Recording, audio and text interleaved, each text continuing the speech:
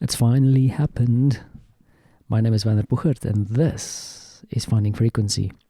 It was bound to happen. I was bound to mess up somewhere. I made a recording this morning, and because I forgot my microphone and did it on the fly on my phone, and I didn't listen to it, I didn't realize that the wind completely and utterly destroyed anything that I said. So I'm going to save you from that piece of audio, which was brilliant, by the way, and give you a quick update. So we are still in quarantine. So are you. But things are getting interesting. One of my clients seem to be optimizing their business, and I might be losing that client soon. So it's something to think about, something to bring a bit of reality into play, because I've been seeing this happening to other people, and yes, it's lining up for me too. But I'm positive because my son is doing perfectly. My wife is stressing out about her work. So things are still normal, and we're healthy, and we're together. So that is something to be really grateful for. Also, I have an army of crazy friends who are distracting me and pulling me in all kinds of different directions. So you never know what will happen or come from that.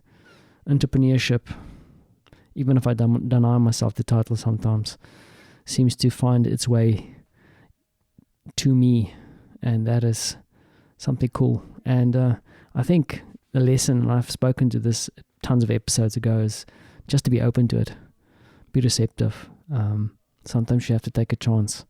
Sometimes you have to do something for free. You never know what's going to happen. So we'll see what happens.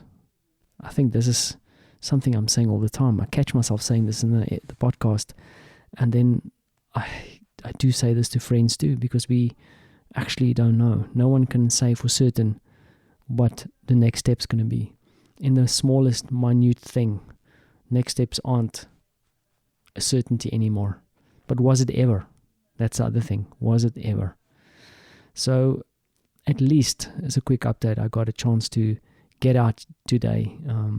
My shampoo finally arrived, and luckily, and I'll actually mention what I spoke about this morning. I went out, sun was shining. It's really awesome to get out. I really appreciated this little stroll. So we are allowed to go out to do grocery shopping or go to the shop. Not more than 2 people. Went out. There was barely anybody in the streets. It's eerie, actually. Went to the locker. But the one thing that is like really on top of mind all the time, and it's like I might be completely overreacting, is that you don't want to touch anything. You want to cover your face. You just want. It's just everything is everywhere. Is scary. Even if something was there, covering my face with a piece of cloth is not really going to help me anything anyway. But it is there. But funny enough, the locker system that I was using, actually, they did an update to the system, which I thought was really interesting and really playing into the human condition, because what they did is you actually have to walk up to this locker system, and it's a touchscreen, and you then fill in codes.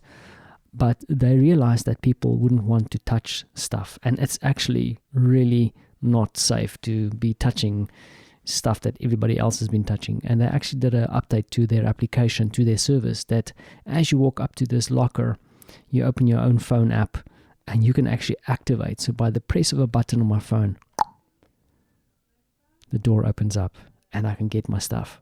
But then, of course, you don't know where your stuff has been. It's crazy. I don't trust the stuff that's been mailed to me. Did someone cough in it?